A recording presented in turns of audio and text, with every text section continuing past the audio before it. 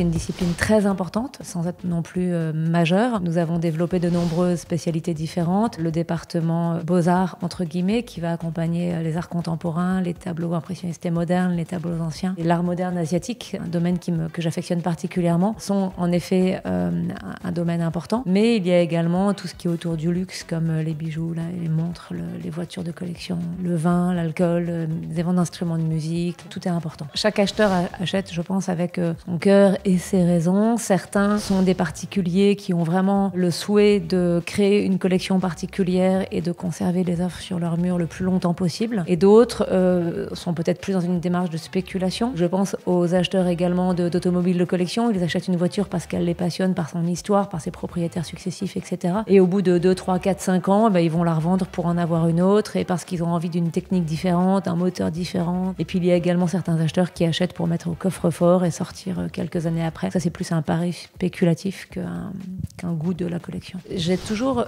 aimé me démarquer un petit peu par mon travail. Et en 2014, j'organisais des ventes successives de tableaux impressionnistes et modernes et j'avais vraiment le sentiment de ne pas apporter grand-chose de plus que X ou Y sur un tableau de Yongqing, de Corot, etc.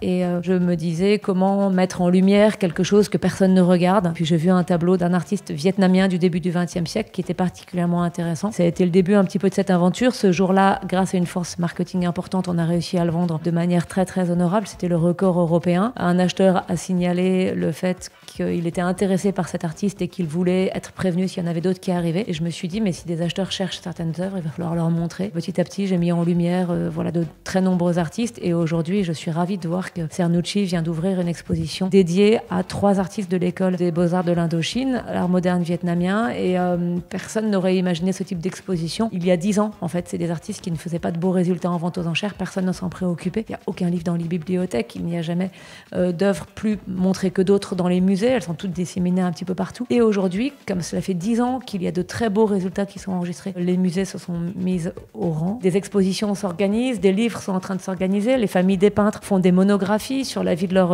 aïeul qui était peintre, etc. Et c'est magnifique parce que c'est une école qui était oubliée, méconnue, qui est juste remise en lumière. J'aime beaucoup la Renaissance italienne. Ce sont des artistes qui ont inspiré énormément ceux sur lesquels je travaille aujourd'hui. Parce que les élèves de l'école des Beaux-Arts de l'Indochine, à la fin de leur parcours universitaire, venaient souvent faire un tour en Europe, aller en Italie, étudier tous les grands maîtres et s'en inspirer. On retrouve beaucoup ces sujets, la manière de traiter la composition, d'organiser les éléments dans la toile, etc.